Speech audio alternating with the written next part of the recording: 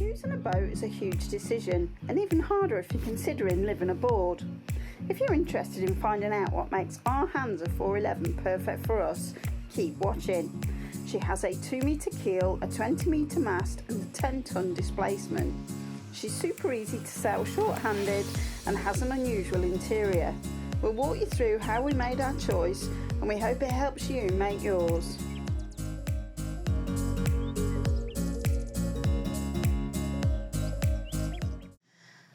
You might be wondering what makes a perfect boat for us as a couple, and maybe why we picked and sailed this boat. Well, I think to talk about that, we need to sort of go back to thinking about those sort of criteria, things that interested us when we come to pick the boat, what was important to us. And prior to this boat, we sailed a Bavaria 32. She was a lovely little family boat. But there were problems with that boat that got highlighted through 3 weeks holiday a year on board. And one of those problems, as you are going to see now, is the skipper's going to come and join me. Now, if you've seen us on camera before, you might have spotted there is a bit of a height difference between us. Alan is an extremely tall chap and I am not terribly tall. So this highlighted a few problems for us. Alan's going to explain to you what he really wanted. Yeah, so part of the problem with the Bavaria was that I couldn't stand up. So a key thing we wanted from our next boat was that I wanted to be able to stand up in most of the boat, and I wanted to be able to lie down so that I could sleep, because you spend a third of your life in bed. So that was one of the drivers for the selection of the boat. And I wanted. The main reason for that, from Tish's perspective, was that, and she's very selfish about I am this, terribly selfish. is that I couldn't really do the washing up on Thunderbird because it was too small. It was, you know. That was the excuse. So I got away with not doing the washing up for a few years, but now of course I have to do it because the boat's big enough for me. So watch out. Be careful what you set your heart on, because there could be unforeseen consequences, like having to wash up. We definitely needed more room in the galley. So what other criteria did we use apart from my height? At the time, our family was still quite young, so we definitely needed at least 2 cabins, so the girls could have their own. We wanted lots of storage. We wanted the boat to have a bit of heft. One of the problems we found with the Bavaria, lovely as it was that it was a bit light and it was a bit of a cork in the water if you got above or up to about a force 5 wind. So so we wanted a boat that was a bit heavier, sat in the water, and would keep us safe. And obviously there's a budget constraint. The one thing we did take into account is that when you buy a new boat, there will be things that need to be done. We didn't buy a brand new boat, obviously this was second hand, and that means there will be jobs that need doing, and so we allowed 10% on our budget so that we could afford to do any jobs that the surveyor had identified as would be useful to do. We also decided, because there's only Tish and I, that, as I say, the girls were quite young, that we didn't want to go above 40 foot, which we obviously failed because Seagull is 41. But we wanted to maintain have a boat that we could steer and moor safely and wouldn't need bow thrusters. That was one of our main criteria.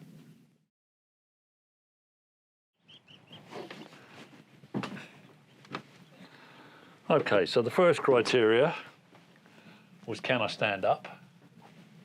Plenty of headroom there, so that's good. I can stand up. Now, unfortunately, it's very uncomfortable around here, and I find it impossible still to do the washing. It's all lies.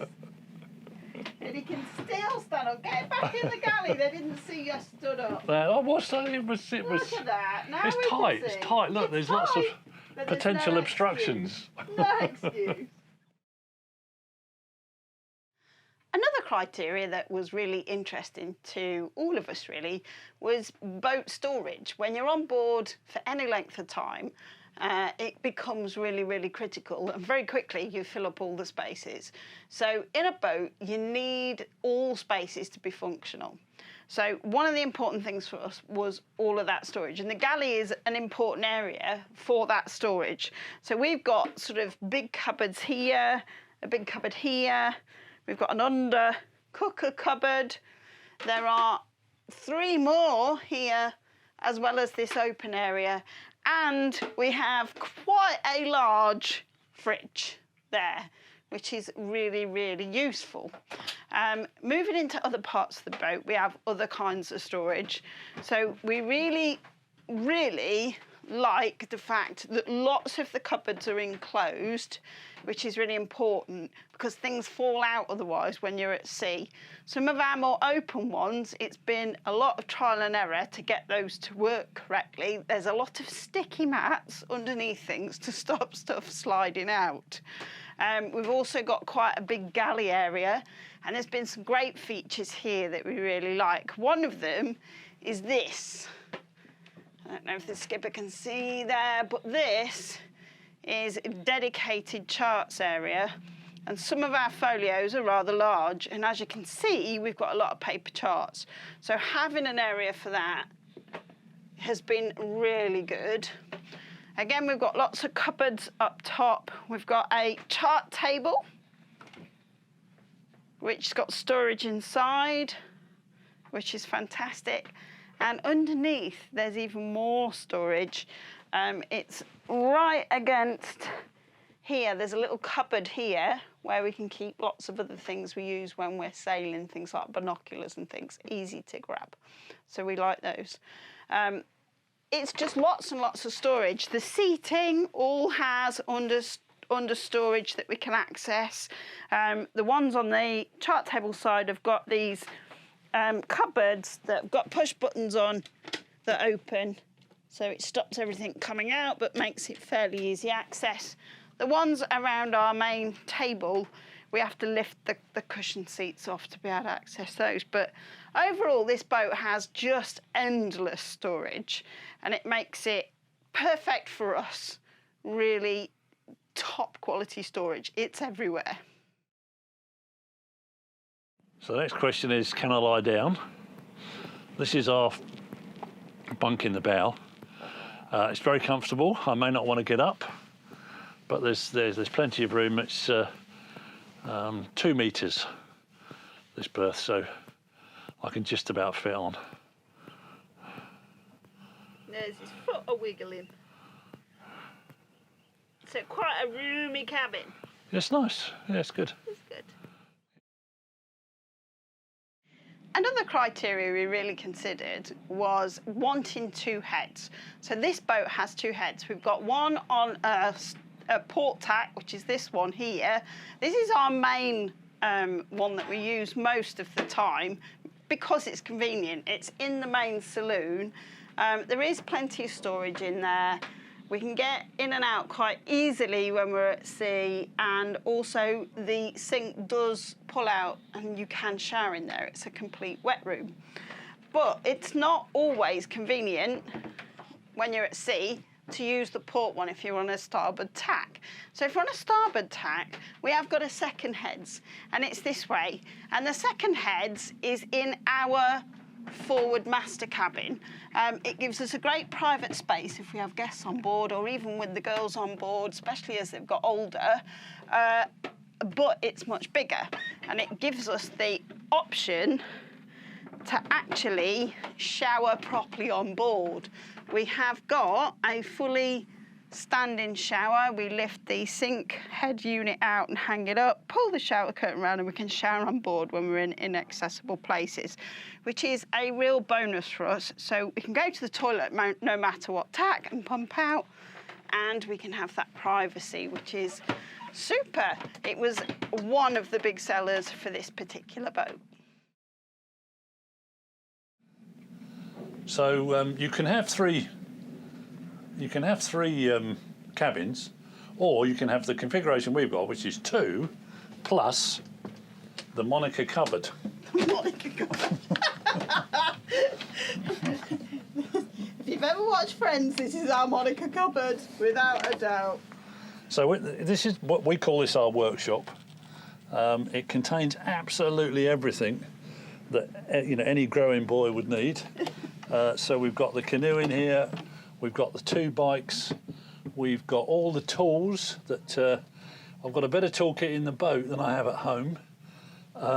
We've got washing machines, we've got dryer, and we also keep bits and pieces of drink, alcohol that we haven't got room for in the cupboards on board. And the bin. And the bin, yeah, very important. Seagull doesn't have a specific storage place for a bin, so we've got this bin. It's kind of can be moved around. It hangs on shelves and it's really, really handy. We added this, I have to add, but we really like it because it's not taking up loads of cupboard space and can easily be moved out of the way and very easily cleaned. So this is our, basically all DIY starts in this cupboard. And anyone who owns a boat knows that most of what you do with your boat is DIY. So. We do a lot of maintenance. So that's very important space. We wouldn't have used the requirement for this as a criteria for buying the boat, but now that we've got it, we love it. It's absolutely brilliant. So workshop wouldn't really have been on our list, but it would be for if we ever got another boat. Yeah, definitely need that extra storage. We've got so many tools in there and the bikes and other things that make our time when we live aboard really interesting. And more comfortable. Yeah. And less stressful if you're particularly, you've got a job to do that you need a particular tool. I've got better tools on the boat than I have at home. So, we're well serviced with tools because we've got space to put them. A particular criteria for me when we were searching for the boat that added obviously to the others was I wanted a galley that had this sort of L shape. In lots of boats you can see galleys which are in the middle of the boat in a straight line down one side. I didn't want that because when you come down and you're at sea and the boat's bopping about a bit, you've got to be able to hold on, and I wanted lots of things to hold on to. So we've got really good hand grab as we come down the companionway. Then we've got this brilliant post here which we can grab onto.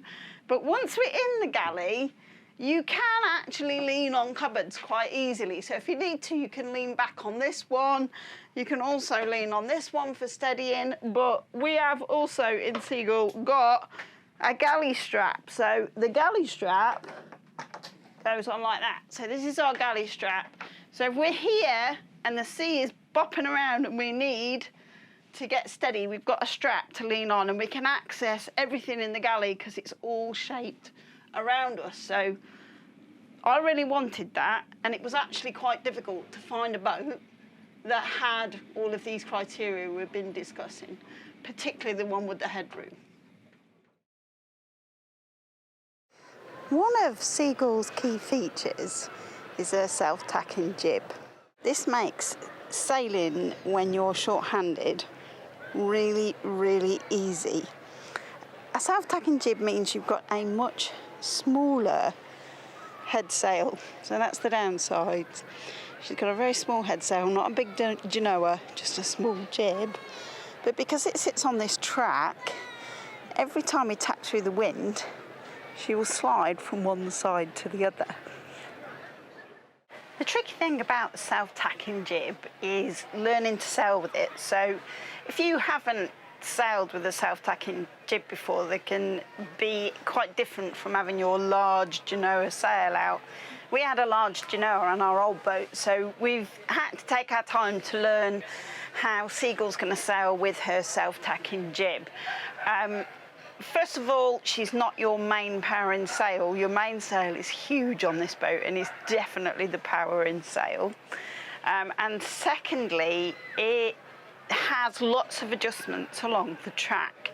So you can move along the cars and lock them into position. So you need different positions for different wind conditions. So she will sail upwind really well with this self-tacking jib system. She does not sail downwind so well. So we do need another sail for that. So we have got ourselves a cruising chute. But the upsides for us are great because we're on board sailing for just 2 adults. A lot of the time we're on watch on our own. It means tacking is no problem. You just tack whenever you want. All lines come back to the cockpit, so she's a really easy boat to handle at sea. Really love that about her. So I think really what we're saying is we wouldn't change the self-tacking jib for anything, and it's a fantastic thing to have if you're not racing, you're just short-handed and you want to enjoy the journey. So we're coming to the sort of final features of why we purchased our Hanse 411, which is what she is.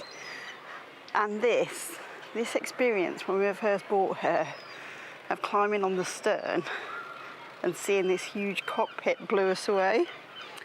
So you can get onto the stern. As you can see, she's got a really big wheel. I'm reaching up to reach the top of the wheel. All the instruments are in a pod, compass there. She's got 2 rear seats, one on either side. Might give you a sense of scale. At the moment we've got our folding bikes out, but you can see that they don't swamp the cockpit. They're not at the back and they're not at the front of it. So there's plenty of seating space when we've got people on board with us. This area here is really long. We can lie down on those when we've got the deck cushions out, and it makes for really comfortable sailing to have a space to move around. We like it. We added, when we bought it, this folding cockpit table. She didn't have a table, so we bought this and fitted it so that it can sit out in the cockpit, or it can be completely folded away. I'll do that now and then I'll show you what it looks like. Alright, she's completely folded away, so we've now got a totally open cockpit space. We like it. I know it's not for everybody. Some people prefer to have something in the middle to brace yourself, but we find we can get around quite nicely. We've got a really tall spray hood, so my arms are almost at full stretch to touch it, so walking underneath is very easy, but it does give you something to hold. We can tuck in out of all the elements, and everybody can move around without having to jiggle yourself around a fixed table. So for us, we really love it, and it was one of the winning features when we were choosing her as our sailboat. This is the stern cabin. So actually this cabin has got a really large bunk in it. It easily fits 3 adults all the way across, but this is our cabin that the children used when they were younger. We added some netting so they can put things behind that. On the shelf, got a little bookshelf, and then they've actually got a full hanging wardrobe in here, 2 foot lockers and 2 storage lockers. More access space for things up there. They've got lots of hooks on there, hooks on the back of the door. So that is our stern cabin. And as we walk through the boat, just so you get a sense of what she's like, this is our main cabin. We've got netting along our shelves that side. I haven't actually put it back up that side, I've been cleaning, so it's not in, but it does hold everything up normally. We've got some nice sort of louvre doors, shelving areas, hanging wardrobes, lots of storage cupboards down below. It's just really nice. It feels homey, and that's why we really like her. She's got some nice sort of warm wood features that I absolutely love. Well, that's it for this week's video. We hope you've enjoyed it, and stay tuned, and we are starting to put together season 6 for you. So we're getting caught up. Season 6 is what's happening right now this summer, so keep watching.